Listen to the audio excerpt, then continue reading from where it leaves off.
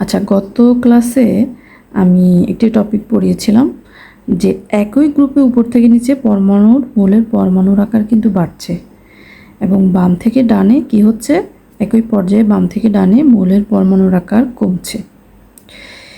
এই যে গ্রুপে উপর থেকে নিচে পরমাণুর আকার বাড়ছে এবং পর্যায়ে বাম থেকে ডানে পরমাণুর আকার কমছে, বলেছিলাম যে এই টপিকটা থেকে সৃজনশীল বড় প্রশ্ন কীরকম আসে সেটা নিয়ে আজকের ক্লাসে আলোচনা করব। হ্যাঁ, কিন্তু সেটা আলোচনা করার আগে আমাদের আগে জানতে হবে যে এই যে বাড়ছে সেটা কেন বাড়ছে, এই যে আবার বাম থেকে ডানের পর্যায়ে কমছে সেটা কেন হচ্ছে। আমি এখানে একটি গ্রুপ দেখিয়েছি যে গ্রুপ 1, এটা হচ্ছে কি গ্রুপ 1। গ্রুপ 1-এর এটা হচ্ছে লিথিয়াম, এটা হচ্ছে সোডিয়াম, এটা হচ্ছে পটাশিয়াম। দেখা যাচ্ছে যে লিথিয়ামের 2টা শক্তিস্তর, সোডিয়ামের প্রধান শক্তিস্তর হচ্ছে 3টা, আর পটাশিয়ামের প্রধান শক্তিস্তর হচ্ছে কয়টা, 4টা।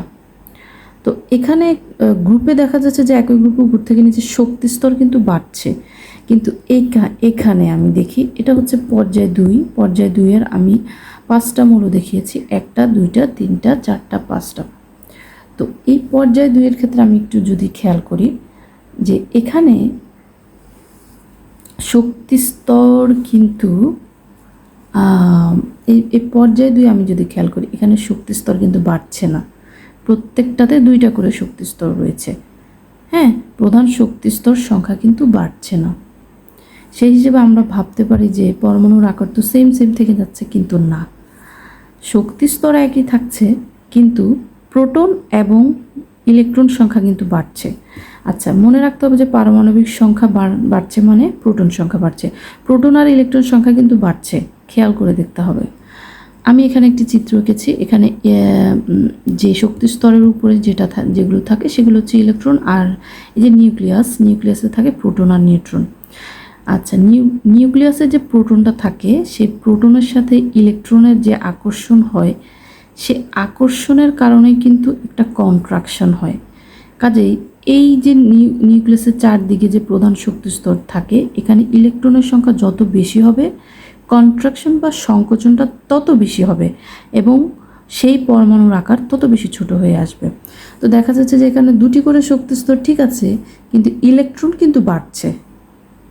ইলেকট্রন বাড়ার কারণে কি হচ্ছে, মাঝখানে যে প্রোটন আছে এই প্রোটনের সাথে ইলেকট্রনের আকর্ষণ হচ্ছে, আকর্ষণের কারণে কন্ট্রাকশন হচ্ছে, মানে এই শক্তিস্তরগুলো ভেতরের দিকে টানছে, যার কারণে বাম থেকে ডানে ইলেকট্রন সংখ্যা বাড়ছে, প্রোটনের সাথে আকর্ষণ বাড়ছে এবং পরমাণুর আকার কি হচ্ছে, ছোট হয়ে যাচ্ছে। এই ঘটনাটা এখানে ঘটছে। তাহলে আমরা আজকের ক্লাসে জানতে পারলাম, এই যে গত ক্লাসে কি জেনেছি, একই গ্রুপে উপর থেকে নিচে পরমাণুর আকার বাড়ে, মূলের পরমাণুর আকার বাড়ে এবং বাম থেকে ডানে পরমাণুর আকার কমে। আজকের ক্লাসে জেনেছি যে এই বাড়া কমাটা কেন হয়, এটা খুব ইম্পর্টেন্ট। হ্যাঁ, তো নেক্সট ক্লাসে হচ্ছে আমরা কিভাবে সৃজনশীল প্রশ্ন এসে থাকে এবং সেটার আনসার আমরা কিভাবে করব সেটা একটু জেনে নেব। ওকে, ধন্যবাদ।